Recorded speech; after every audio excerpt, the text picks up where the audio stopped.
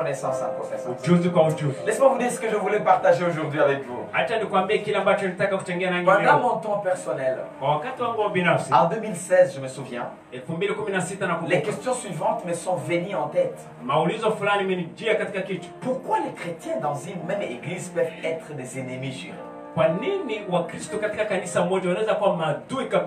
Dieu a-t-il créé Satan? Ou démon? Ou diable? Sinon, d'où sont-ils venus?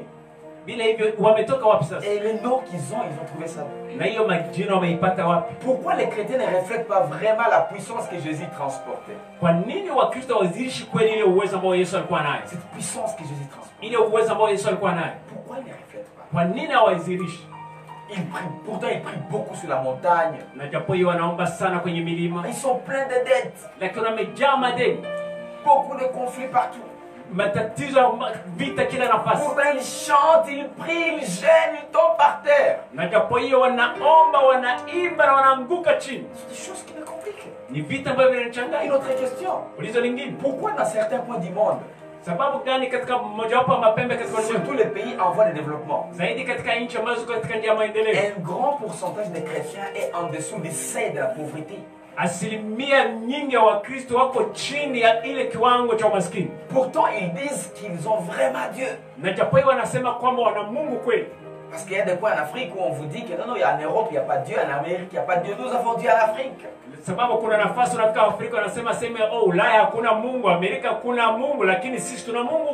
Parce qu'ils ne couvrent pas leurs cheveux. Parce que les dames ne portent pas les pantalons. Parce que ils ne mangent pas de poulet partout. Ils ne mangent pas de poulet. Donc les gens qui mangent de poulet, qui sont très bien, donc ils n'ont pas Dieu. Ils mangent à tout temps. Non, les gens qui ont Dieu ne doivent pas manger à tout temps. Cinquième question. Pourquoi les gens qui font le mal ont tendance à être élevés aux différents rangs sociaux? Non, ils sont élevés. Oui. Au niveau politique, au niveau économique, au niveau éducation. La tendance est que ce sont presque ce genre là-bas que nous voyons presque partout. Alors qu'ils ne sont pas chrétiens. Mais qu'est-ce qui se passe? Entre guillemets, ils sont les enfants du diable. Et pourquoi nous, les enfants de Dieu? C'est comme ça ne marche pas. Ce sont mes questions en fait. Question numéro 6. Qu'est-ce que je peux faire pour aider, pour être différent dans ma société et dans ma génération? Les questions suivantes, c'est que il y a 7, 8, 9, 10, 11, 12, j'ai des questions ici, écoutez-moi. Pourquoi il y a toujours des tensions entre politique et religion?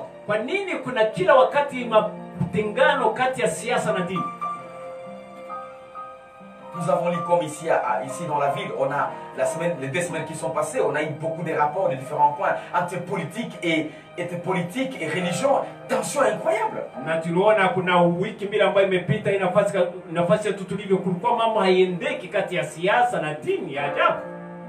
Ces gens ils disent à ceux-là ne nous aiment pas, ceux-là disent non, nous sommes au côté des pauvres. C'est le problème. Pourquoi il y a des tensions? Alors pourquoi il y a beaucoup de religions? Beaucoup de religions. Beaucoup d'églises. Mais pourquoi? Islam, ils ont 4 courants. Les protestants, on ne peut même pas en penser. Ils ont beaucoup de courants. Les anglicans, les pentecôtistes, les réveillistes, les charismatiques, les aquatiques, et tout ce que vous connaissez, tiquets. Et tout ça, qu'est-ce qui ne va pas?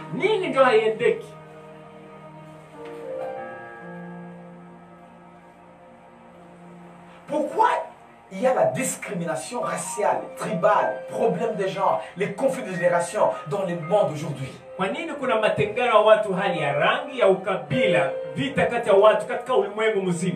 Je vous parle un peu de mon... Tu sais, quand nous avons le moment personnel, il y a beaucoup de choses qui descendent et nous les amenons à la surface. Binafsi mwenyewe katika ukimya kuna mengi ambayo inakuja na tunaileta kwa wazi. Dixième question, quel sera l'avenir de nos enfants? Aimeront-ils vraiment Dieu? Ulizo ya 10. Ujue watoto wetu utakuwaje? Je, kweli wataendelea kumpenda Mungu? Si les choses restaient comme nous les voyons aujourd'hui. Kama vitu vinabaki kama vile tunaona leo. Moi j'ai des enfants, j'ai des filles et des garçons. Mimi na watoto wasichana na wavulana. Est-ce que vraiment ils vont aimer Dieu? Je, kweli watapenda Mungu? Si la situation restait la même ou si les choses ne trouvent pas de solution. Kama hali inabaki hivi au kama vitu havipati suluhisho. Parce qu'ils nous regardent. Sababu wanatutazama. Nous devons leur parler de ce qui se passe. Lazima tuwaambie ile ambayo inapitika. Parce qu'il y a des enfants qui pensent que voilà, quand on va à l'école, tout marche bien. Ils vont à l'école, la vie ne change pas. Unajua kuna watoto wanapoenda shule wanafikiri kwamba akienda shule mambo yote yatakuwa sawa, lakini kisha fika kwenye shule vitu haviendeki katika maisha. D'autres, on leur dit priez seulement, ça va aller. Wengine wanawaambia muombe tu, vingine vitendeke. Ils prient, rien ne change. Wanaomba hakuna kitu kinabadilika. Mais est-ce que nos enfants aimeront Dieu? Je, watoto wetu watapenda Mungu s'ils ne trouvent pas de solution pour ce problème? Kama hawapati suluhisho katika matatizo hayo yote.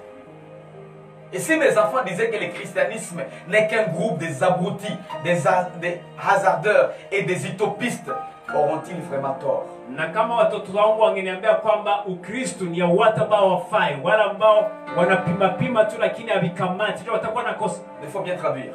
Les abrutis, wala ambao les non-éduqués, les gens qui n'ont pas étudié, les gens qui font des hasards, ils tâtonnent tout.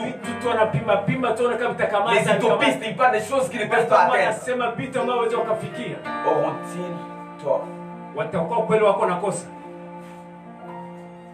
Pourquoi les théologiens et d'autres chercheurs n'arrivent pas à résoudre ce problème socio-culturel et religieux? Kwa nini hawa theologia na wengine watafiti hawapati suluhisho katika hiyo mambo ambayo inapitika hata pia kidini? C'est pas que vous avez eu le temps de raisonner comme moi, je ne sais pas. Ou moi je raisonne plus ou je raisonne moi, je ne sais pas. Sijui kwamba umepata muda kufikiri kama mimi au na fikiri zaidi au nini. J'amène ça à la surface. Naleta hii kwa wazi. Et ce sont mes questions de 2016. Ça fait 4 ans passés. Na ilikuwa maulizo yangu tangia mwaka 2016, miaka 4 imepita. Et ces choses m'ont poussé à commencer à écrire un document. Na hii mambo ikanisukuma kwanza kuandika kitu. Et ce livre sera disponible, je crois, d'ici quelques mois ou l'année prochaine. Na kitabu hicho kitatoka baadhi ya miezi fulani au mwaka ujao. Je veux te partager des choses. Nitakuongelea kitu. 13e question. Uliza 15. Quelle est ma responsabilité? Jukumu langu ni lipi? Et celle des autres na jukumu la wengine dans cette génération? Katika kizazi hiki. Y a-t-il de l'espoir? Je, kuna tumaini? Et franchement, na kwa ukweli, ça ce n'est pas un moment des émotions. Hii haiko wakati ya hisia. Parce que beaucoup de gens ils aiment, chantons, et puis émotion, puis c'est fini. Alors, c'est le moment de commencer à raisonner convenablement en tant qu'Africain. Sababu wengi wanapenda kusoma na kuimba, na japo hiyo wakishapata hisia wanafikiri kwamba inatosha, lakini wakati wa kufikiri sasa kama Waafrika. Moi je connais des histoires ou des légendes, des gens disent qu'en Afrique quand Dieu créait, najua mahistoria ambao Waafrika wanasema kwamba wakati Mungu aliumba, quand Dieu était en train de créer, wakati Mungu alikuwa anaumba, un Européen est arrivé. Mtu wa Ulaya alikuja, on lui a donné l'intelligence. Wakampa akili. Un Américain est arrivé. Amerika kaja, on lui a donné la technologie. Wakampa teknolojia. Ou la politique, quelque chose comme ça. Au siasa, un Asiatique est arrivé. Mtu wa Asia kaja, la technologie. Wakampa teknolojia. Un Africain est arrivé enfin. Mwafrika kaja, on lui a donné un tambour. Wakampa ngoma. Je ne sais pas si vous avez déjà eu le temps d'écouter ça. En d'autres termes, c'est pour nous dire que les Africains ne raisonnent pas. Mais s'il y a un tambour comme ça, tout le monde est là. Voilà pourquoi des grandes conférences, les Africains ne vont pas. Mais s'il y a tambour, tout le monde vient.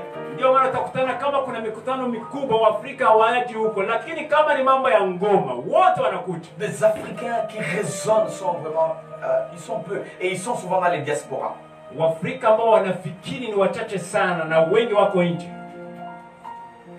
Voilà pourquoi nous devons commencer, nous avons besoin de l'éveil spirituel africain. L'éveil spirituel, l'éveil mental. Transformation. Diminuer les histoires de tambours et de chansons. Tupunguze mambo ya ngoma na nyimbo. Commencez à écouter les choses qui bouleversent votre tête. Tuanze kusikiliza mambo ambayo yanabadilisha vichwa vyetu. Laisse-moi vous dire une chose. Acha niwaambie kitu. Si vous êtes habitué à écouter la même chose tous les jours, vous ne serez jamais transformé. Kama umezoea kusikia vitu vile vile kila siku, kama hautabadilika. Il faut commencer à chercher les choses ou à écouter les choses que tu n'as jamais écoutées. Inabidi kwanza kutafuta au kusikia vitu ambavyo hujawahi kamwe kusikia. On a les problèmes de l'équilibre de la parole en Afrique. Tuna tatizo ya usawa wa neno huko Afrika. Évitez les fanatismes. Tuachane na mambo ya ushabiki. C'est elle, c'est elle, c'est elle. Fulani ni fulani. Et surtout à Kinshasa. Zaidi Kinshasa. Vous qui êtes à Kinshasa, écoutez-moi très bien. Ninyi mlio Kinshasa, laissez l'histoire des fanatismes. Mwache mambo ya ushabiki. Les pasteurs ne sont pas des artistes ou ne sont pas des gens publics. Non. Wachungaji hawako watu ambao wanazirika kama vile wa kuzirika tu hadharani wapendwa na watu wengi. Les Swahiliphones appellent ça shabik. Kama vile washabiki tu. Mie niko ngambo fulani na mwingine niko ngambo hii. Nous allons commencer à revoir la parole de Dieu. Inabidi tuanze kuangalia upya neno la Mungu. Ouvrir les yeux à nouveau. Fungua macho upya. Qu'est-ce qui a laissé nos pays à ce niveau ici? Nini imeleta nchi yetu kubaki katika alors que les pays qui sont développés, qui ont commencé à développer très, très fort, ce sont les pays qui ont connecté avec la parole de Dieu. Les pays comme l'Europe, pardon, l'Angleterre, les pays comme Corée du Sud, l'Amérique. En fait, ils ont connecté avec la parole, ils ont étudié la parole. La Suisse, alors, avec les Jacques Calvin, la réforme, vous connaissez. Et la connaissance, la profondeur, l'intimité a transformé le pays. Parce que les valeurs ont été partagées. Mais nous sommes en masse de chrétiens et nous sommes toujours des quais. Voilà pourquoi aujourd'hui, je voulais vous partager l'ignorance de lois naturelles, de lois biologiques, de lois environnementales et lois spirituelles. C'est un défi pour l'église africaine. Et ça, c'est le thème d'aujourd'hui. Et pour moi, je veux que vraiment les gens dans la ville où je vis puissent faire attention à ce que je dis. Ce n'est pas seulement de telle église catholique, protestante ou quoi. Ou les gens qui sont entre guillemets sauvés ou les païens entre guillemets. Même si tu n'es pas sauvé, cet enseignement va t'aider. Parce que tu peux être là, tu n'es pas sauvé, mais tu as une position au niveau politique. Une position au niveau de l'armée. Une position au niveau de l'administration publique. Une position au niveau social. Chef d'avenue, chef de quartier. Même au niveau de la famille. Tu es papa, tu es maman. Au niveau des business. Et au niveau des églises. Tu es pasteur par exemple. Et tout ça, ça va t'aider. C'est seulement en Afrique où je vis des gens prier pour qu'ils puissent avoir l'argent sur Airtel Money, sur l'argent mobile. C'est décevant. Qui est le numéro de téléphone là-bas? Alléluia, alléluia, alléluia, alléluia. Vous avez déjà 200 $ sur votre téléphone. Ça c'est du mensonge. Je suis désolé. C'est du mensonge. Et je prends responsabilité. C'est le temps que nous puissions avoir les veilles spirituelles. Que nous puissions revenir à la parole. Et changer nos vies. C'est seulement en Afrique où je vis les gens, entre guillemets, miracle de vomir les lézards.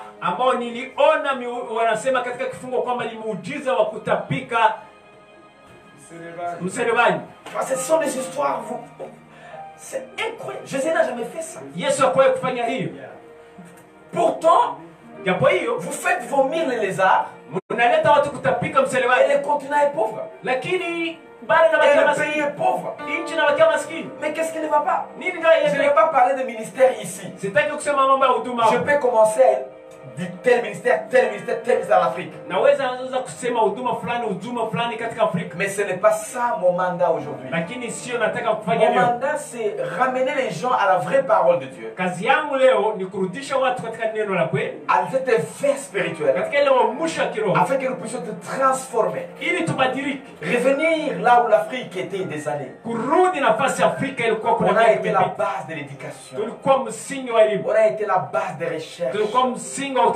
Et les scientifiques disent que nous sommes le berceau de l'humanité. Où est-ce que nous sommes? Nous devons revenir là-bas. Et mon verset de base, c'est Matthieu chapitre 6 verset 25 à 33. Je vous ai dit que ça va vous choquer ce matin. Mais ça va vous transformer ce matin. Ma prière est que vous puissiez être transformé. Père, utilise ma tête afin de parler à ton peuple. Utilise ma bouche afin de parler à ton peuple. Utilise ce que je vais dire, Seigneur, ce matin. Afin que cet endroit soit transformé. Ce pays soit bouleversé. Ce continent soit bouleversé. Merci parce que tu es. Cet esprit de fanatisme, oh Dieu. Cet esprit tribal et de division, Père. Je casse au nom puissant de Jésus. Nous invitons ton royaume, oh Dieu. Établis-toi dans cette ville. Établis-toi dans ce pays.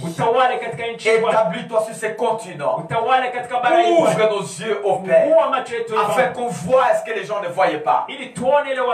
Berce au Père. Règne, oh Dieu. Nous t'invitons, Seigneur, afin que tu règnes. Au nom de Jésus. Amen, amen. Matthieu 6, 25 à 33. Je veux lire.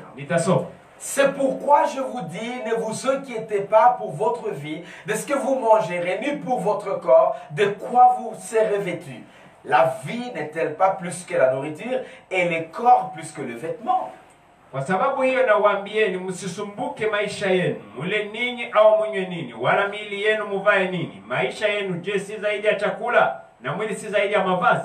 Ici, vous trouvez que si je vais d'abord amener ça au contexte africain, hapa kama nairudisha kwanza katika hali ya kwa kiafrika, quand Jésus nous parle que nous sommes plus préoccupés que nous allons nous vêtir, que nous allons boire et tout ça. Ni kama vile Yesu anatuambia kwamba tunajihusu sana na ile ambayo tutakula na ile ambayo tutavaa na ile yote. Le seul continent où les gens sont respectés parce qu'ils ont vêtu, c'est l'Afrique. Bara moja ambao watu wanaheshimiwa sababu ya namna yao kuvaa ni Afrika tu. Quand vous êtes en veste, wakati unavaa koti, et l'autre est en tricot, na mwingine anavaa mpira, on va vous recevoir différemment. Watapokea tofauti. Parce que lui qui est en veste l'a bien reçu. Sababu yule ambaye amevaa koti atapokelewa. Et l'autre qui est en tricot c'est mal reçu. Na yule ambaye anavaa mpira tu atapokelewa. Même si c'est lui le patron. Hata kama yeye ndio kiongozi. Je ne dis pas qu'on ne doit pas respecter la loi de la première impression. Na sisemi kwamba hatupaswi kuheshimu ile sheria ya kipaumbele ya kwanza. Quand vous rencontrez la personne pour la première fois, wakati unakutana na mtu mara ya kwanza, c'est mieux d'être propre et tout ça. Vizuri kuwa safi kabisa. Mais en Afrique, lakini Afrika, cette loi va au-delà de la loi elle-même. Hiyo sheria ni zaidi ya sheria yenyewe. Verset 26. Regardez les oiseaux du ciel, ils ne sèment ni ne moissonnent et ils n'amassent rien dans des greniers, et votre Père céleste le nourrit. Angalieni ndege wa angani ya kwamba wapandi wala hawavuni wala wakusanyi ghalani, na Baba yenu wa mbinguni huwalisha hao. Ne valez-vous pas beaucoup plus que? Je ninyi si bora zaidi kupita hao? Si nous regardons ce contexte encore, amenant ça en Afrique, ukiangalia somo pia tukileta Afrika, nous avons des oiseaux de différentes couleurs. Tuna ndege ambao ni ya rangi tofauti. En tout cas, on ne voit pas les champs pour les oiseaux. Kweli hatuoni shamba ya ndege. Mais les oiseaux respectent quelque chose qu'on va regarder après. Lakini ndege wanaishi. Les oiseaux sont toujours dans l'air. Ndege wako angani tu. Et la nourriture est disponibilisée. Na chakula yao iko tayari tu. Je vais en parler après. Nitaongea baadaye. Verset 26, regardez les oiseaux, oh voilà, 27. Qui de vous, par ses inquiétudes, peut ajouter une coudée à la durée de sa vie? 17. Ni yupi kwenu ambaye akijisumbua uweza kujiongezea kimo chake hata mkono mmoja? Vous trouvez que nous nous inquiétons beaucoup? Utakutana kwamba tunasumbuka sana kwa kutishika. Et c'est comme ça que nous sommes tellement divisés. Na ni hivi kweli tumegawanyika. l'une des races plus divisées au monde, c'est la souche africaine. Même quand ils vont à l'étranger, ils sont tellement divisés. J'ai regardé une vidéo il y a 2 jours passés. D'une église pleine de Banyamulenge en Europe, en Amérique, qui chantaient des chansons bembe. Et c'était pour moi, tu vois, quand j'écoute ce qui se passe ici, les divisions de quoi? Et voir les gens qui sont à l'étranger et qui chantent des chansons, d'où est-ce qu'ils sont venus?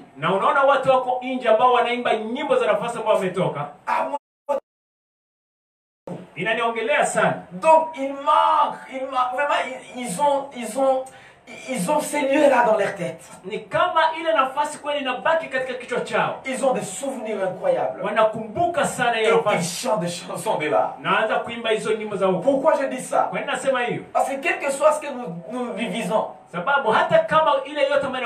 avons des choses qui nous unissent. Nous avons des choses qui nous unissent. Et pourtant, ce sont des choses sur lesquelles on devait travailler pour les développer. Afin qu'on reste soudés. Mais les gens sont tellement divisés.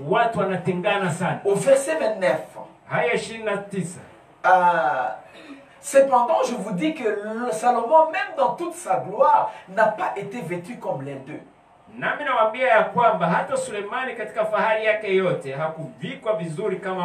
Personne ne peut ajouter sur sa vie.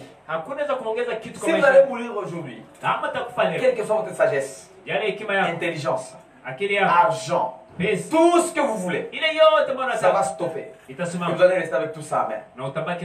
Donc, ici, Dieu nous dit, Salomon était très fort, était puissant, était financièrement fort. Pourtant, il n'était pas vêtu comme, tu vois, les herbes, le flair. Sulemani alikuwa mtu mwenye nguvu, mwenye uwezo, alikuwa anaheshimiwa sana, lakini hakuvikwa kama si Dieu revêt ainsi l'herbe des champs, qui existe aujourd'hui et qui demain sera jeté au four, ne vous vêtira-t-il pas à plus forte raison, gens de peu de foi? Mais vous trouvez en Afrique, en tout cas, nous sommes préoccupés par tout ça. Nous vêtir, nous nourrir, comment être, et nos vies. Et vous trouvez toutes les bouches parlent de ça. Ce n'est pas mal. Mais regardez ce que Jésus va dire en dessous. Ne vous inquiétez donc point et ne dites pas que mangerons-nous, que boirons-nous, nos vêtus. Msisumbuke basi mkisema tule nini au tunywe nini au tuvae nini. Car toutes ces choses, ce sont le païen qui les cherche. Votre Père Céleste sait que vous en avez besoin. D'abord, en commençant par là, vous avez connaît nos besoins. Et quelque chose a ouvert mes yeux ce matin d'ailleurs. Je voulais regarder ce texte en grec. Les choses que je ne fais pas souvent. Mais ce matin, c'est comme si le Seigneur m'a dit, regarde regardez encore une fois. Et je regardais le verset 32 en grec. J'ai trouvé le mot païen. Ce n'est pas comme le mot païen dans beaucoup de versets dans la Bible. Le mot païen dans Matthieu 28, Matthieu 28, 19 à 20. Le mot païen là-bas. Aller et faire des nations. Le même mot nation, c'est le même mot. Et c'est le mot ethnosis. Qui signifie les gens qui ne connectent pas à la manière de vie des gens mis à part par Dieu. watu ambao waungani na namna ya kuwa ya wala ambao wamewekwa pembeni na Mungu. Ces mots ici païens. Hii neno wapagani. Donc ils ne connectent pas, ils ne pensent pas, ils ne vivent pas de la manière de gens que Dieu a mis à part. Yaani hawaishi kwa namna sawa sawa na ya wale watu ambao Mungu amechagua kwa kuweka pembeni. Ce sont ces gens là-bas qui ont besoin de tout ça. Ni hao watu ndio wana haja ya qui cherchent beaucoup ça. Ambao wanatafuta sana hayo. Nous ne faisons pas comme eux ils font. Sisi hatufanyi kama wao. Dieu connaît le besoin que nous avons. Mungu anajua haja tuliyonayo. Mais notre vie ce n'est pas comme eux ils font. Na maisha yetu haiko kama jinsi wao wanafanya. Mais là au verset 33. Il dit cherchez d'abord. Anasema tafuteni kwanza. Premièrement. Kwanza. En premier lieu. Kwanza. Avant de faire tout ce que vous pouvez faire. Même de connecter avec vos besoins. D'abord. Des choses. Royaume. Et sa justice. Royaume. C'est le terrain où Dieu règne.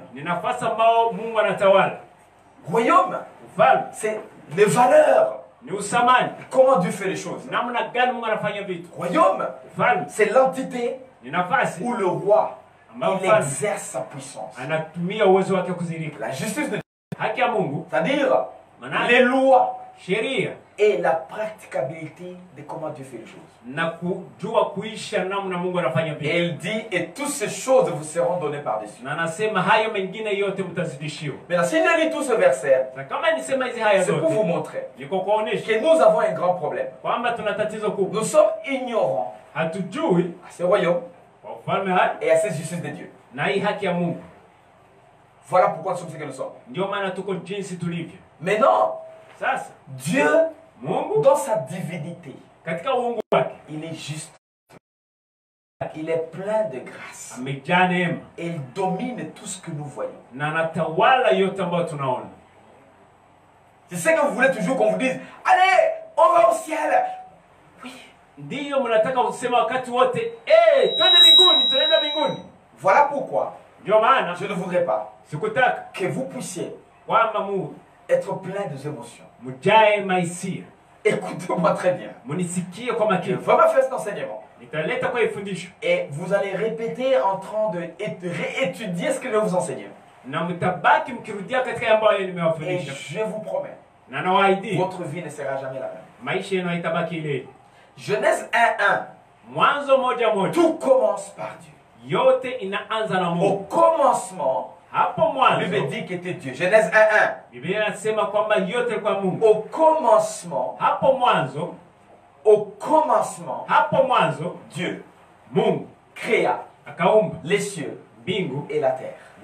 Au commencement, Dieu créa les cieux et la terre. Donc tout commence par Dieu.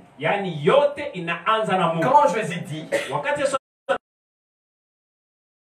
dit les royaumes, il n'a pas dit royaume de Dieu. Il a dit royaume et justice de Dieu.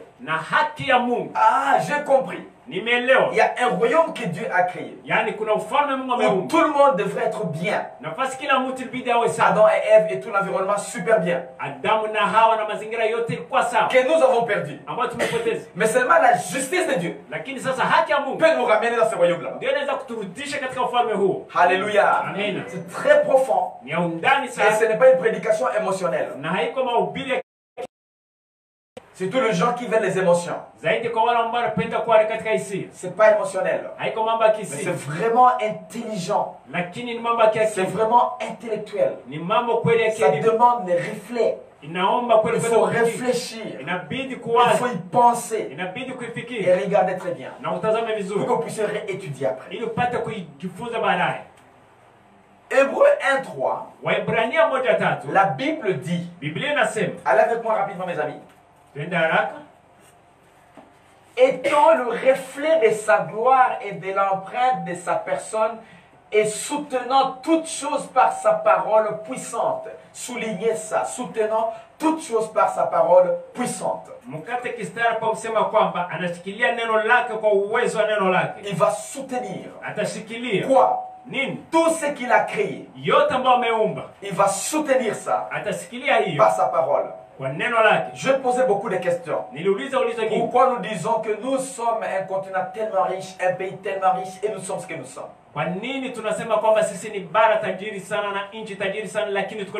L'ignorance de lois spirituelles, de lois biologiques, environnementales, de lois spirituelles, c'est un défi de l'église africaine, de l'église congolaise, de l'église d'Ouvira. C'est un grand défi.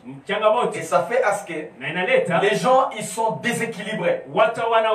Ils ont au ciel, mais n'ont pas gagné la terre. Ils vont au ciel avec les dettes d'autrui. Ils vont au ciel avec les problèmes dans leur voisinage. Ils vont au ciel avec les problèmes de route.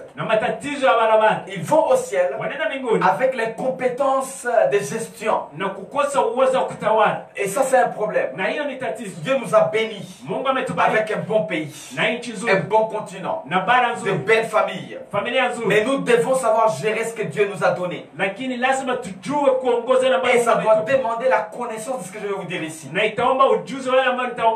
Connaître les lois spirituelles, les lois naturelles, les lois biologiques, les lois environnementales, afin que l'Église puisse être la tête et non la queue.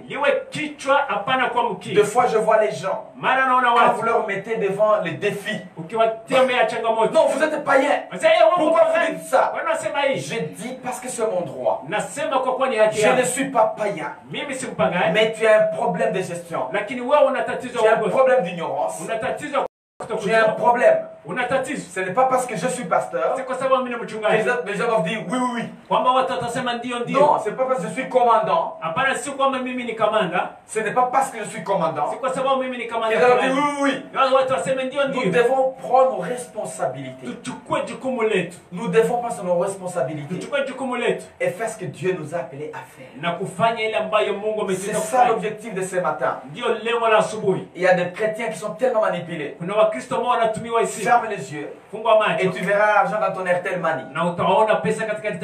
Mensonge, manipulation. Ferme les yeux.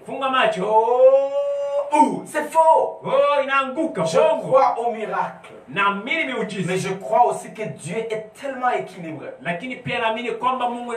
Il y a des choses miraculeuses et des choses qui demandent les raisonnements. La seule créature qui a été créée en 3 dimensions, avec la liberté de choisir, c'est l'être humain. Voilà pourquoi nous devons être prudents quand nous voyons des choses qui nous entourent. Dieu a tout créé, les cieux et la terre. Et la terre a donné à l'homme. Pas pour que Dieu gère encore la terre à ta place. Que la terre soit gérée par l'homme. Maintenant, vous allez commencer à voir depuis le début là. Les gens sont venus de notre continent et ils nous ont montré que nous n'avons pas droit à ce que nous avions. On n'avait pas droit alors à toucher de l'or, droit à toucher les bananes d'ailleurs. Seulement celui qui avait les bananeraies. On disait que non, toi tu vas créer, tu vas faire boisson alcoolique. Pendant que dans leur frigo ils sont pleins de whisky. Je n'encourage pas l'ivrognerie. Mais j'équilibre la parole de Dieu. Il faut que les enfants de Dieu puissent arriver au niveau de leur propre responsabilité. Pour voir le vie transformé. Franchement, c'est notre devoir comme Église d'Afrique. Il a tout créé. Et tout devait être là. Nous avons des histoires qui sont passées dans ce pays. Quand il y a un Africain qui avait les œufs, il n'avait pas le droit de le manger. Il faut amener ça au Père Blanc. Parce que ce sont eux qui ont droit à manger des œufs. Ils savaient comment manger les œufs. Et les Africains ne savent pas comment manger les œufs. Ça révolte un peu. Nous avons besoin de l'éveil spirituel. Et je dis que Dieu soutient le globe, soutient tout ce qu'il a créé puissante. Na nasema kwamba Mungu anashikilia yote ambayo ameumba kwa neno lake lenye uwezo. Je vais te dire une chose. Nitakwambia kitu. Tout ce que Dieu a créé, ile yote Mungu ameumba, il a créé par sa parole. Ameumba kwa neno Je lake. vais te dire une chose. Nasema kitu kingine. Dans une royauté, nafasi kuna ufalme, dans un katika ufalme fulani, tout ce ile yote mfalme ça devient une loi. inageuka C'est un sheria. décret. Ni sheria. Tout le monde accepte. Kila mtu anakubali. Même s'il a fait l'erreur. Hata kama amefanya C'est kosa. ça ce que l'homme n'a pas compris. Hiyo ndio Dans ce verset ici, sasa katika aya Dieu hii soutenant toutes choses par sa parole. Biblia inasema kwamba Mungu anashikilia yote kwa neno lake. Ah, alors la Bible devient une loi. Sasa Biblia inageuka sheria. L'ensemble de lois, c'est une constitution. Ni umoja wa masheria, ni katiba. L'ensemble de lois Umoja wa masheria pour soutenir ce que lui a créé. kwa kuweza kushikilia yote ambayo yameumba. Mais le terme péché va être défini comment? Sasa neno dhambi itatafsiriwa Tout namna ce que gani? nous allons faire à l'encontre de tout ce que est parlé dans la Bible, ça devient péché. Ile yote ambayo tutafanya kinyume na ambayo imenenwa katika Biblia ni dhambi. Voilà pourquoi péché est défini en grec comme amartia. Ndio maana dhambi inasema katika Kigiriki kwamba ni amartia. Amartia. Amartia. Et amartia signifie Amartia manquer le but. Ni kukosa lengo. Manquer l'objectif. Kukosa lengo. En d'autres termes, Kwa neno lingine, si vous ratez les buts kama unakosa lengo dans les lois biologiques, katika sheria za kimwili, vous avez péché. umefanya dhambi. Alors ce ne sont pas tous les péchés qui ne vous amèneront pas au ciel. Sasa haiko kila dhambi ndio itakupeleka haitakupeleka mbinguni. Mais les péchés vont te détruire. Lakini dhambi Ils itakuharibu. peuvent détruire l'environnement. Inaweza kuharibu mazingira Comme les yako. gens qui coupent les arbres dans les montagnes. Kama wale ambao wanakata miti huko kwenye milima. Ils vont aller au ciel s'ils ont accepté Jésus. Wataenda mbinguni kama wamekubali Mais Yesu. voilà les inondations qui sont arrivées. Lakini angalia sasa mafuriko Voilà les mengi. montagnes qui tombent. Angalia sasa milima Ils ont manqué les buts wamekosa dans les lengo domaines d'environnement. katika mambo Et ça détruit la ville. na angalia jinsi imeharibu mji.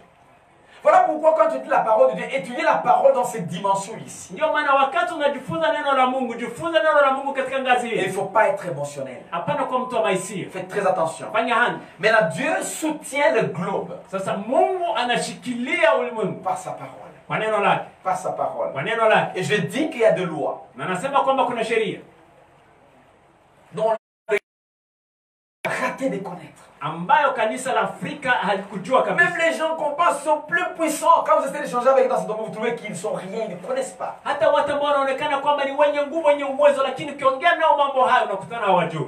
Et ça, c'est un problème. Na hiyo ni tatizo. Voilà ce que va être ma réponse ce matin. Ndio itakuwa jibu langu asubuhi. Je vais un peu survoler sur les lois physiques, biologiques, naturelles et spirituelles ce matin. Quelques lois. Nitapita juu ya hizi sheria za kimwili, za kawaida na za kiroho.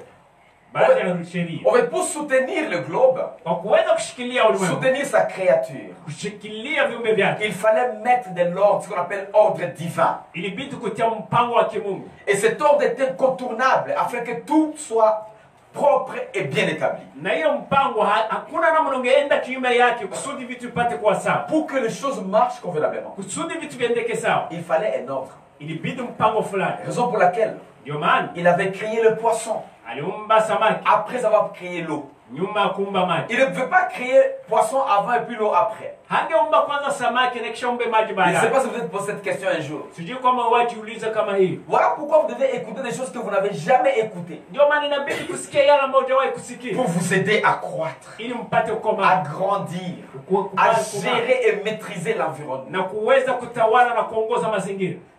Alléluia. Amina. Il a d'abord créé l'eau Kwanza aliumba maji et puis les poissons après. na kisha ndio akaumba samaki. L'ordre divin dit quoi dans ces domaines? Mpango wa kimungu nasema nini katika mambo haya? Si vous enlevez le poisson dans l'eau, Kama unatosha samaki katika vous maji, péchez. unafaa dhambi. Pourquoi? Kwa nini? Parce que Sababu le poisson ne vivra plus. samaki haitaishi tena. Le poisson va mourir. Samaki itakufa. Donc vous faites rater l'objectif de l'existence des poissons dans l'eau. Yaani unapoteza lengo la kuishi kwa samaki katika C'est maji. ce qu'on appelle amartia. Na hiyo ndio amartia.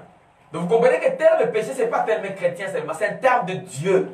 Hapo sasa utaelewa kwamba neno kufanya dhambi haiko neno tu ya binadamu, lakini neno la kimungu. Ce n'est pas un terme chrétien, Haiko neno la Kikristo, c'est un terme de Dieu. ni neno la kimungu. Amartia. Amartia, Manquer l'objectif. kukosa lengo, Rater les plans de Dieu. kupoteza kujua mpango wa Mungu. Ce que Dieu a créé avec un plan, vous ratez, vous faites rater ça, vous péchez. Ile Mungu amepanga na mpango fulani unaenda kinyume yake, unafanya dhambi. On dit que Adam et Ève ont péché. Unasema kwamba Adamu na Hawa wamefanya dhambi, Pas parce qu'ils ont volé, si kwa sababu wameiba, pas parce qu'ils ont ont fait la fornication. Si kwa sababu wamefanya uasherati. Pas parce qu'ils ont injurié. Si kwa sababu wametukana. Mais parce qu'ils ont accepté ce que Satan avait dit et ils ont fait rater les plans de Dieu. Lakini kwa kuwa tu wamekubali ile shetani amesema na wakaenda kinyume na mpango wa Mungu. Voilà ce qu'on appelle péché d'une façon originale. Mais au fur et à mesure que vous avancez, nous pouvons cadrer les péchés dans différents domaines de la vie. Maintenant, il y a le péché mortel vis-à-vis de la vie éternelle. Et les péchés qui ne sont pas mortels. Et tout ça, ce sont des domaines où il faut regarder très profondément afin que vous puissiez ouvrir vos yeux. Je n'enseigne pas les péchés ce matin. J'aurai un temps où je vais vous parler du péché en long, en large et en profondeur. Et vous serez super bénis. Parce que je sais que vous n'avez pas encore enseigné sur le péché. Vous écoutez, c'est pas péché, péché, péché, péché. Mais vous n'avez pas encore vu ça dans la parole déconvenablement.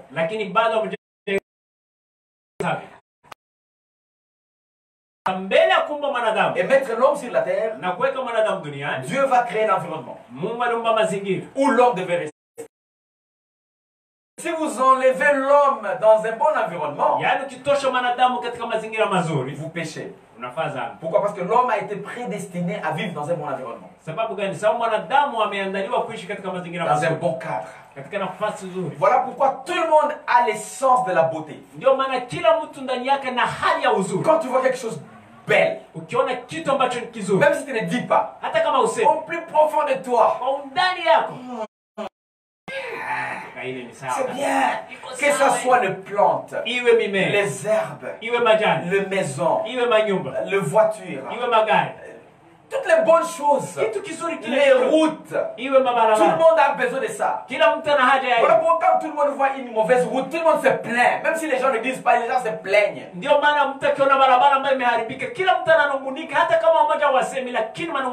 Quand les gens ne voient pas une bonne gestion, les gens se plaignent. Quand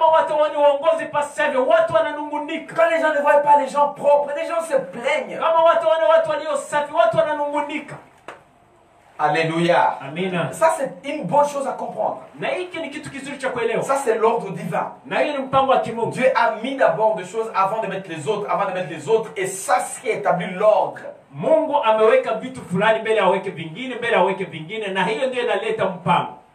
En faisant ceci, Dieu avait créé le loi afin de soutenir les globes.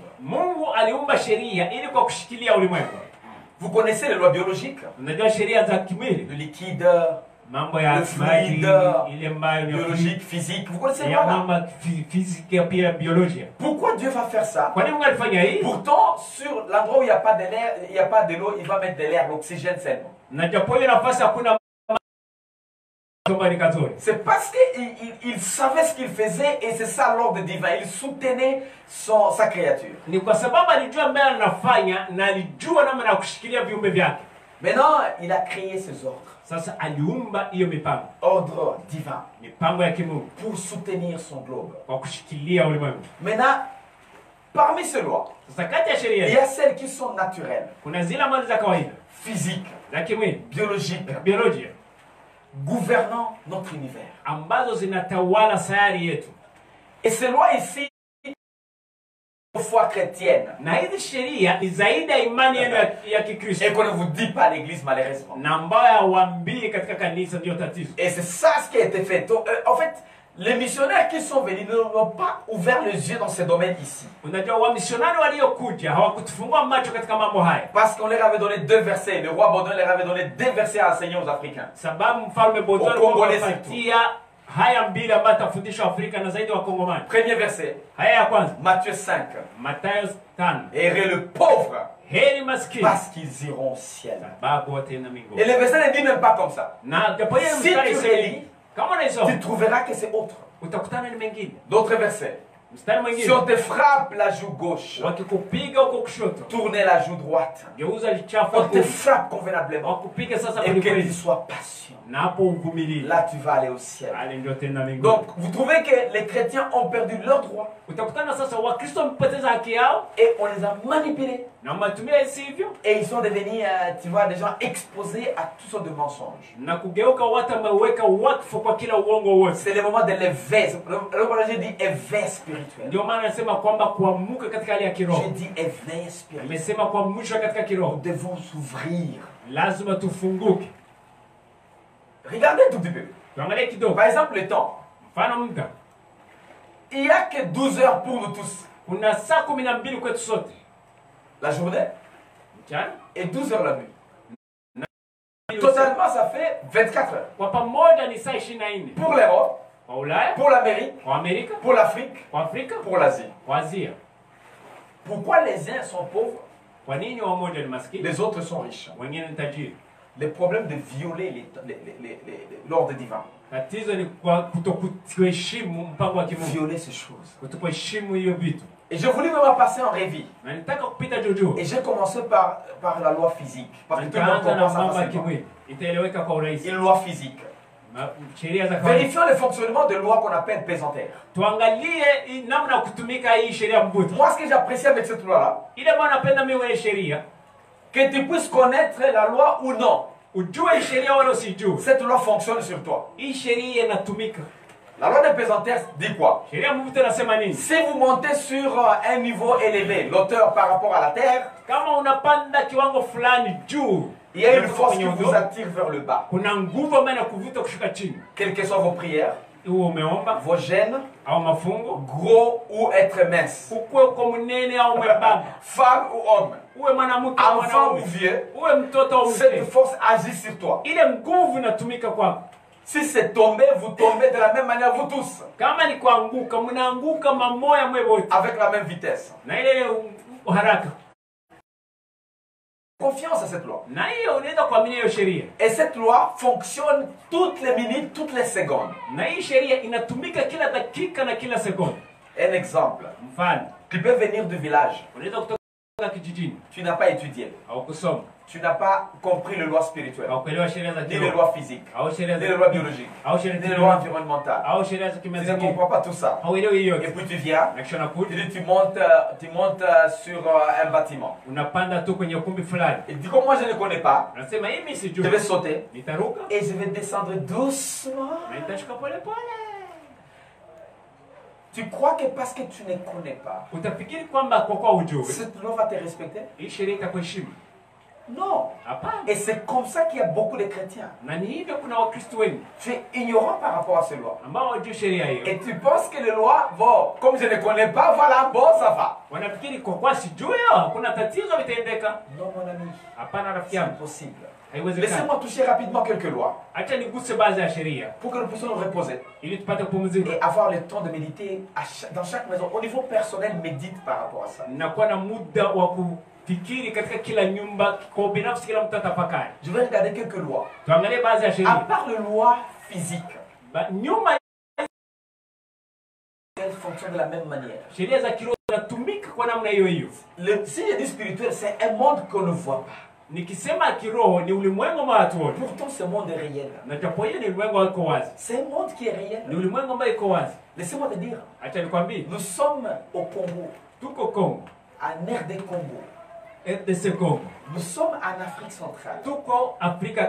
Tu nous suis à partir du Canada, des États-Unis. Tu nous suis à partir de l'Afrique du Sud, du Rwanda, du Burundi.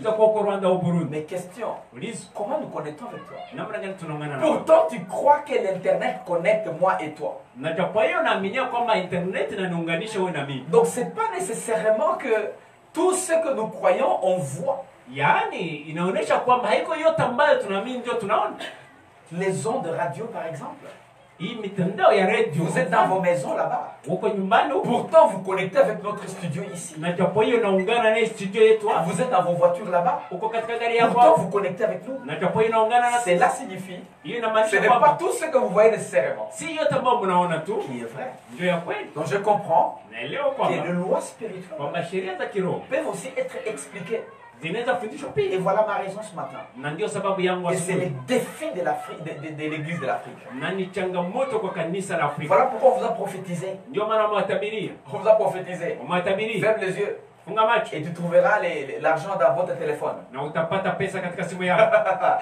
fait la honte. Ça fait la honte. Et je crois au miracle. Mais pas de cette manière. Non, ça c'est des mensonges. Excusez-moi, c'est des mensonges. Ça encourage paresse. Ça encourage la démagogie. Ignorance. Tout ce que vous connaissez, ce qui a laissé l'Afrique en retard, c'est une chose qui encourage. Et donc, on ne sait pas ce qu'on va faire. Nous sommes dans la liberté. Les gens peuvent prêcher de n'importe quoi. Mais il faut faire le choix des bons ministères. Des gens qui enseignent d'une façon équilibrée. D'autres, il faut que vous jugez. Vous là! Vous là! Mais toi, ce que tu fais, ce qu'on ne voit pas, c'est ce qui est plus grave que ce que moi je fais. Moi,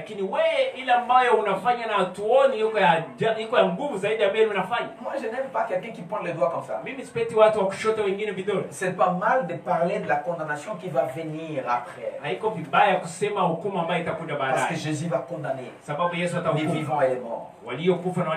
Mais en faisant l'encouragement, nous devons nous encourager les uns les autres. En expliquant les choses proprement. La première loi que je voulais vous parler, c'est la loi des semailles et récoltes. Que tous les agronomes connaissent très bien. Mais des fois dans l'église, on enseigne seulement ça dans le domaine des finances. Cette loi ici est seulement enseignée dans les offrandes, dans les dîmes et autre chose. Mais cette loi n'est pas bien enseignée dans ce que nous parlons. N'est pas bien enseignée dans nos actes. N'est pas bien enseignée dans nos décisions. N'est pas bien enseignée dans nos comportements. Tout ce que nous affichons, tout ce que nous faisons, tout ce que nous parlons, tout ce que nous pensons, c'est une sémence. Et ça va être récolté. Les pauvres, ils sont pauvres parce qu'ils sèment les pensées de la pauvreté. Les paroles de la pauvreté. Les comportements de la pauvreté. Quels sont les comportements de la pauvreté? Tu trouves $200. Tu penses écran plat. Tu n'as même pas kiosque à la maison. Tu n'as même pas réserve d'argent à côté. Tes enfants n'étudient même pas. Tu n'as même pas un lit. Tu penses écran plat. Tu penses des choses. Tu es pauvre. Change la façon de penser. Non, ça te fait mal. Donc tout ce que tu penses, tout ce que la façon dont tu actes, les comportements, pauvreté. Si tu sèmes la pauvreté, tu vas récolter la pauvreté. On sème dans le spirituel, alors tu es dans l'invisible. La pensée, c'est une parole invisible, non exprimée. Tu n'as pas exprimé, mais tu as pensé. Avant d'agir, tu penses d'abord. Et là, tu peux écrire Galates 6 et 7, on ne se moque jamais de Dieu. On ne se moque jamais de Dieu. Tout ce qu'un homme aura semé, il va récolter. Regardez Matthieu 7, 7 à 9. Je te parle de loi de récolte, de semailles et récolte. Tu sèmes dans le spirituel, tu récoltes dans le naturel. La Bible dit, 7, commencez par verset 7, garçon. Demandez et l'on vous donnera. Pourtant ici on demande seulement dans le spirituel. On prie seulement. Mais on n'a pas le temps de dire aux gens, j'ai besoin de travailler. J'ai besoin de ça. On ne demande pas souvent. Mais on prie à différentes prières et demander. Les Swahili font un problème. C'est seulement ça. Les Swahili font un problème. Prier et demander sont deux mots très différents. On a enseigné en Afrique que pour ce verset, c'est seulement aller devant Dieu. Oh Seigneur, ce n'est pas ça. Non. Demander, ce n'est pas seulement prier. Non. Demander, c'est aussi voir les gens, connecter avec eux pour le besoin que vous avez. Je ne dis pas quémander. J'ai dit demander. Et nous devons comprendre. Nous devons comprendre. Le verset suivant, le même verset dit, non, rentrez 7. Le verset dit, oh, cherchez et vous trouverez.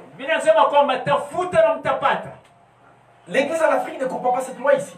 On ne cherche pas. C'est comme ça que tout le monde veut devenir politicien. Parce que dans la politique, entre guillemets, l'argent nous rencontre. Et les gens qui ne sont même pas appelés dans la politique, ils veulent être politiciens. J'étais au restaurant avant-hier. On était avec quelqu'un, avec notre équipe des anciens. Et quelqu'un est arrivé. Il nous a dit officiellement qu'il va déposer, être député national dans la prochaine élection.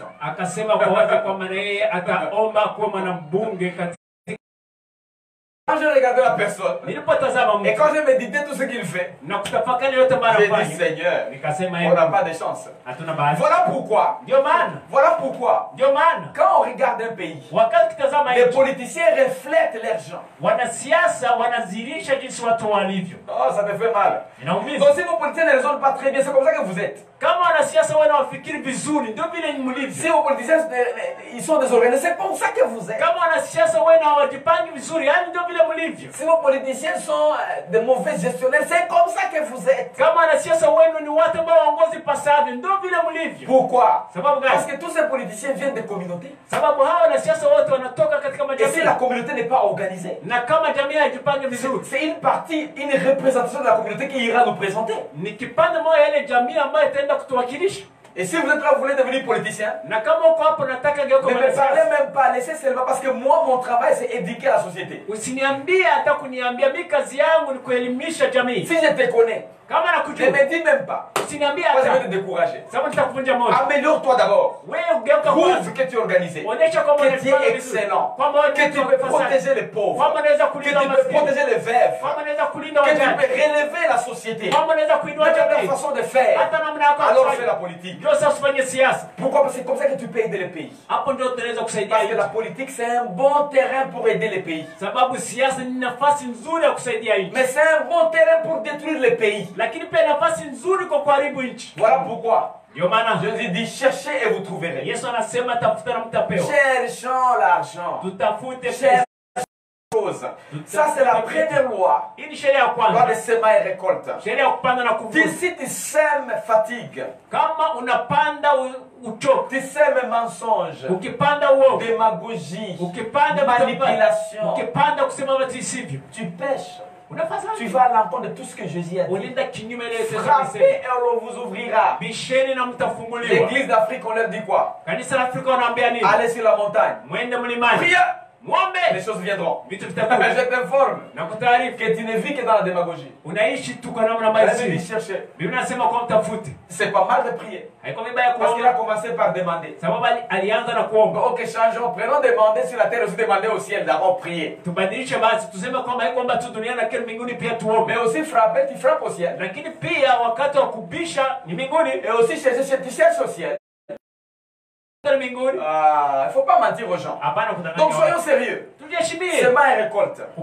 Dans la pensée, dans les comportements, dans les agissements, dans tout ce que nous faisons, nous sémons et on récolte sur la terre.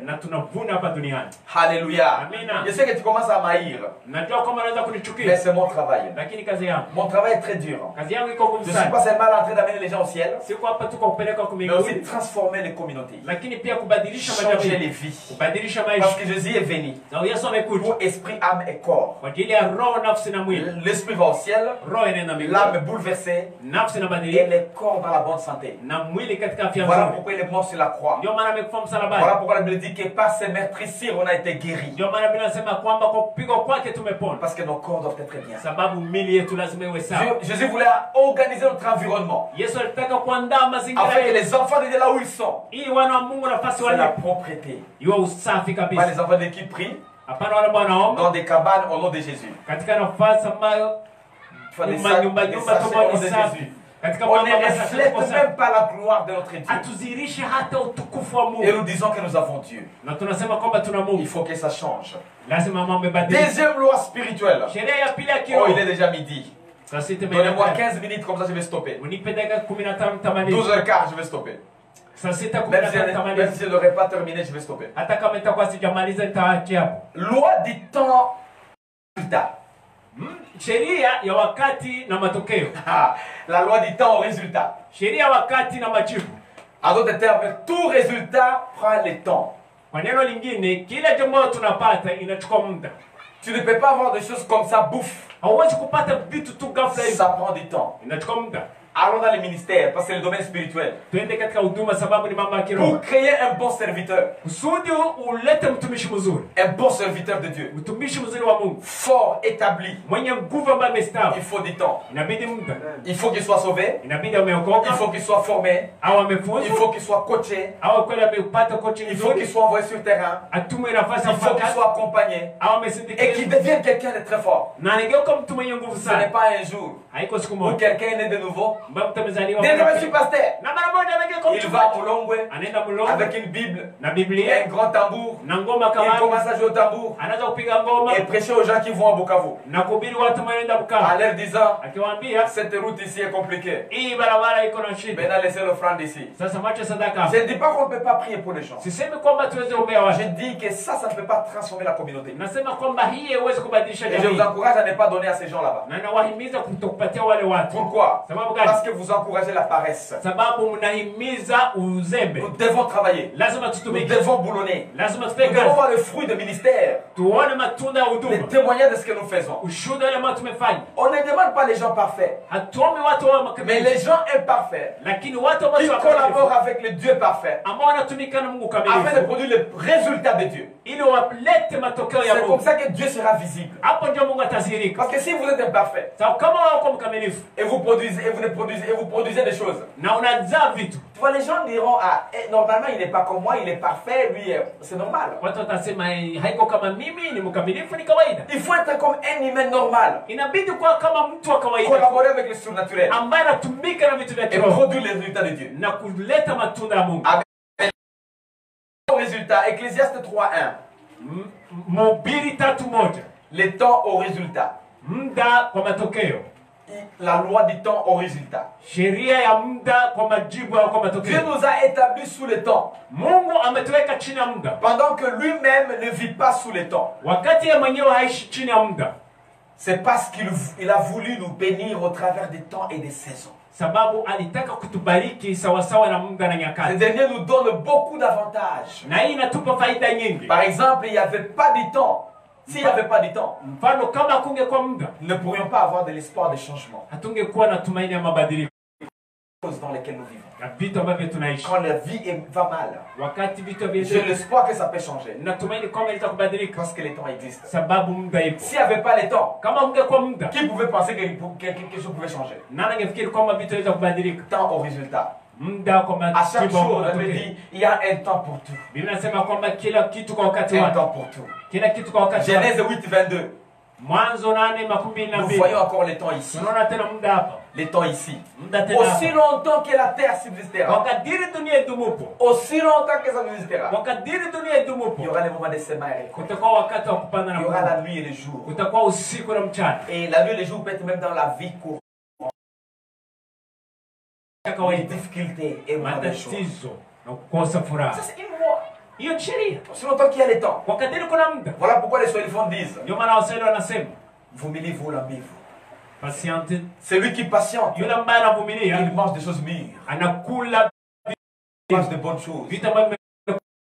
Ça signifie les temps. Tu ne peux rien changer. Laisse que les temps changent les choses. Et là j'encourage aux gens qui ont eu la calamité. La loi du temps au résultat. Un bon politicien, c'est pas nécessairement celui qui vient de la société civile. Celui qui a été coaché convenablement, qui a été formé convenablement. Et puis en fin de compte, il a la paix dans ces domaines. Un bon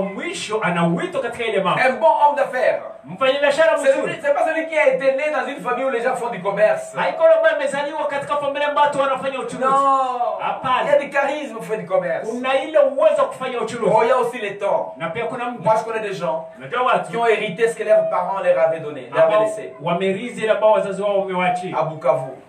Mais après leur mort, tout est parti, tout a été vendu, tout était vendu. Alors que pendant l'existence de leurs parents, tout le monde était comme s'il était celui qui était maintenant riche. Ne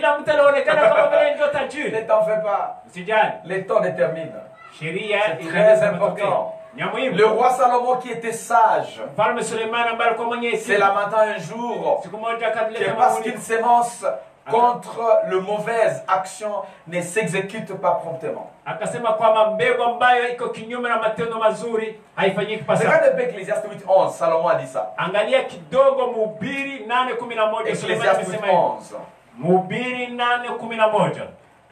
Regardez un peu Ecclésiaste 8:11. La Bible dit ceci. Parce qu'une sentence contre le mauvaise action ne s'exécute pas promptement. Le cœur de fils de l'homme s'est rempli en eux du désir de faire le mal. Verset 12.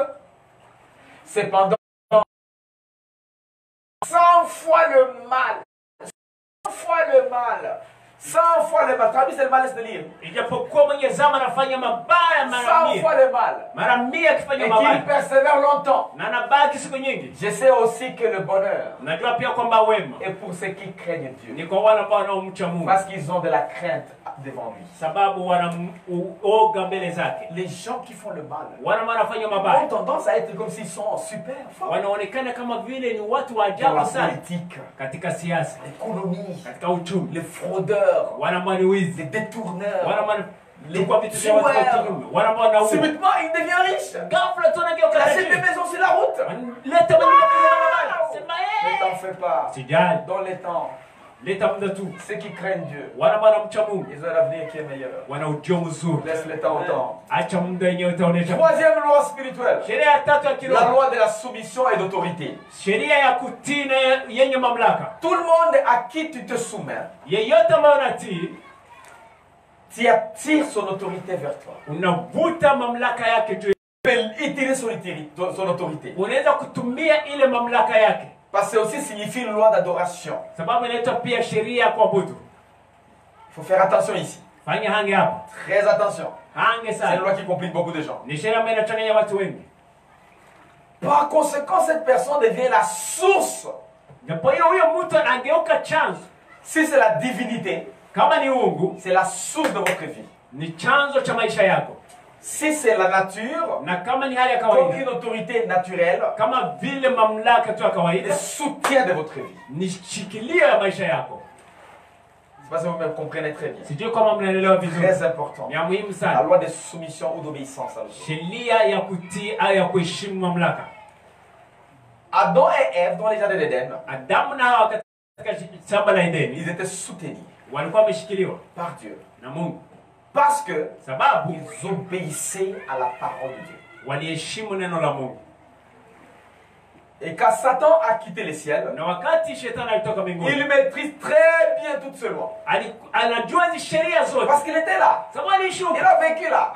Et d'ailleurs, c'est la base des sciences occultes. C'est la base des mouvements ésotériques. Parce que Satan n'a pas oublié ceci. Satan n'a pas oublié ça. Il a créé maintenant des groupes secrets. Ils enseignent sur ça, mais ne respectent pas Dieu. Parce que ces lois fonctionnent. Et elles sont constantes dans tous les domaines de la vie. Et même pour le païen. Et voilà pourquoi vous trouvez un Européen, un Américain, il n'est pas né de nouveau, mais il ne te ment pas. Il n'est pas né de nouveau, mais il respecte son autorité. Il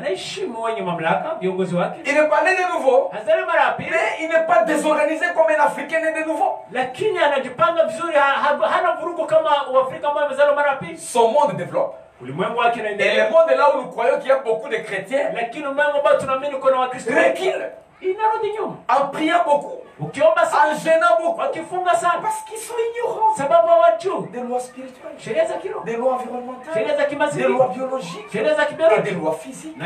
On leur avait dit la prière répond à tout, fini. Moi je te dis c'est du mensonge. Il y a des gens qui ne prient pas et qui prospèrent financièrement. Il y a des gens qui ne prient pas et qui prospèrent tous les jours. Et les gens qui prient, qui ne prospèrent pas. Quel est le problème? C'est l'ignorance. Voilà les devoirs que j'ai en ce moment. Amener les vers spirituels dans ce domaine ici. Alléluia. C'est la révolution, je sais. Et si tu es là, tu pries beaucoup, tu commences à m'haïr, mais tu vas découvrir après que j'avais raison et j'étais beaucoup aidé. Et ne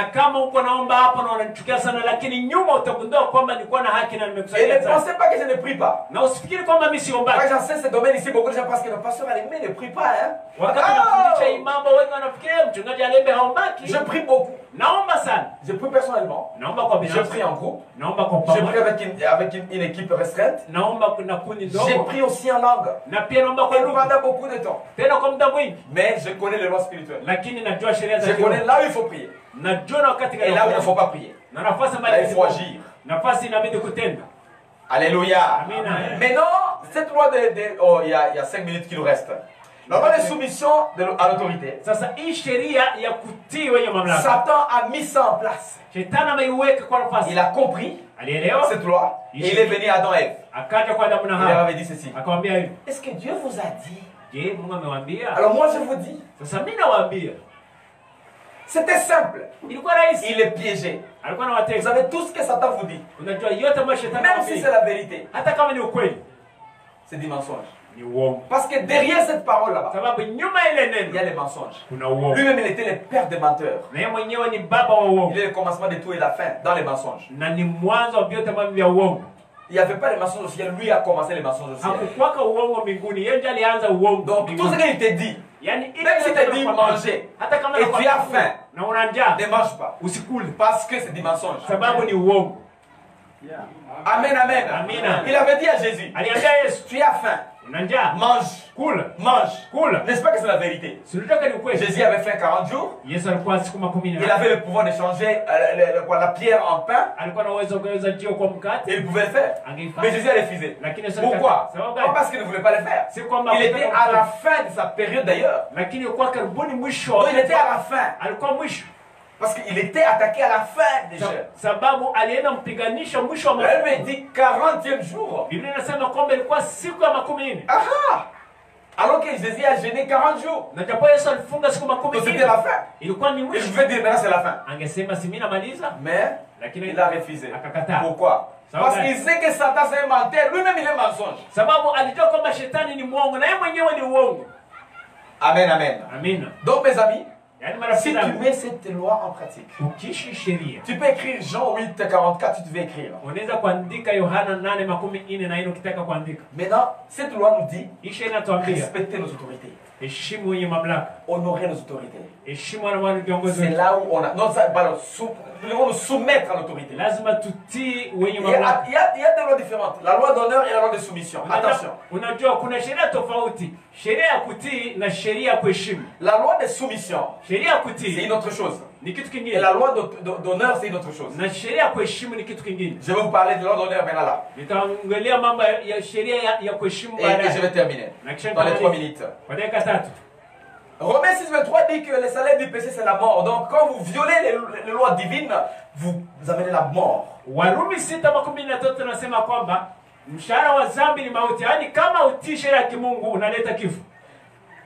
La loi du péché et de la mort. La loi du péché et de la mort. Mais je voulais terminer par la loi de l'honneur parce que je voulais parler de la loi du péché et de la mort, la loi de la sainteté. Je ne sais pas si je n'ai plus du temps. La semaine prochaine, je parle de la loi de la sainteté. Semaine prochaine. La loi de justice et transformation.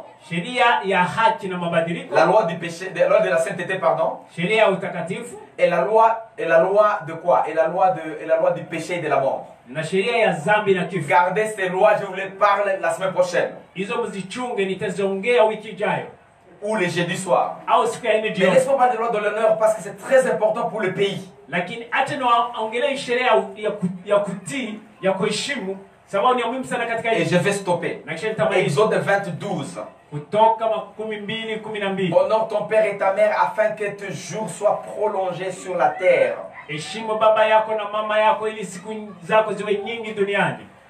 L'honneur. L'honneur. C'est pas seulement parce que quelqu'un est en position. Attention. L'honneur. Quelqu'un a la préséance à toi. Il est la prééminence. C'est très important. Ce n'est pas seulement la soumission. Tu peux te soumettre à n'importe qui. Mais cet honneur, c'est dans les domaines où les gens sont avant nous. Et je priais cette semaine. Il y a 2 semaines passées d'ailleurs. Et j'en ai parlé avec quelques personnes. Je vois ce pays en train d'aller dans une direction qui n'est pas bonne. Dans tous les domaines. Et la base, c'est la loi d'honneur. On ne comprend pas cette loi. On a beaucoup prié. Quittons d'abord le Congo. Si nous venons en Afrique, les pays comme Libye, les pays comme Chebagbo, c'est Côte d'Ivoire, n'est-ce pas? On a vu les gens tirés par terre. Le président, les gens qui ont été en position élevée, tirés par terre. Ça, ce n'est pas l'honneur. Ça détruit la nation. Et la Bible nous dit que si vous voulez voir le jour prolongé sur la terre où Dieu vous a donné, en d'autres termes, si les terrains, les domaines où Dieu t'a donné, il faut avoir l'honneur aux gens qui t'ont produit, aux gens qui étaient avant toi. Si nous parlons des églises par exemple, nous devons respecter les gens comme le révérend Kavouye, qui ont été les précurseurs de l'évangile ici. Nous devons respecter les gens qui voient les évêques catholiques, on doit les respecter parce qu'ils sont les prééminents dans l'évangile dans ces coins. Mais vous trouvez que beaucoup d'églises protestantes ne comprennent pas ça? Et c'est la raison de beaucoup de divisions dans le protestantisme. Allons dans la politique. Si quelqu'un a été dans une position par exemple, mais là, moi je prends après lui, la tendance c'est vouloir qu'il soit arrêté, puni, au lieu de commencer à prendre à partir de là et amener des choses à la hauteur. Améliorer ce que lui n'a pas fait de bon. Changer ce qui n'est pas bon. Mais il faut d'abord tuer, éliminer, emprisonner, balayer. Ça c'est un problème. Je parle comme pasteur. Et je sais ce que je vais dire dans les domaines d'honneur. S'ils ne comprennent pas cette loi, l'Afrique tournera à rond des années jusqu'à ce que Jésus va revenir. Regardez les pays comme Tanzanie. C'est pas parce que tous leurs présidents avaient fait des choses incroyables. Mais ils ont fait des choses qui ne sont pas bonnes. Mais celui qui vient, il améliore son domaine. En respectant l'autre qui est venu avant lui. Et les pays stagnent des années. Mais d'autres pays qui n'ont pas compris ça auront de difficultés. Ils auront de mal en pire. Ça c'est ridicule. C'est ridicule. Il faut que ça change. Il faut que ça change. Je voulais vraiment finir par ici. La loi d'honneur marche dans tous les domaines. Si tu es enfant, honore ton père et ta mère. À l'église, honore tes pasteurs. Les responsables du département. Vous ne savez jamais la bénédiction que vous attirez en les honorant. Car on honore, on ne parle pas mal de ces gens. On ne maudit pas ces gens. On les bénit. On parle positivement de ces gens.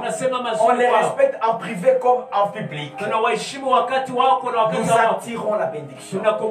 Même si vous vous séparez de ces gens, ne parlez pas mal de ces gens. Parce que les choses vont vous suivre partout où vous irez. Vous n'allez pas prospérer dans les domaines où vous servez. Que le Seigneur vous bénisse. Je dis que ça c'est la conclusion pour aujourd'hui. Nous avons le problème d'ignorance de ces domaines. L'ignorance de lois naturelles, de lois biologiques, de lois environnementales et de lois spirituelles.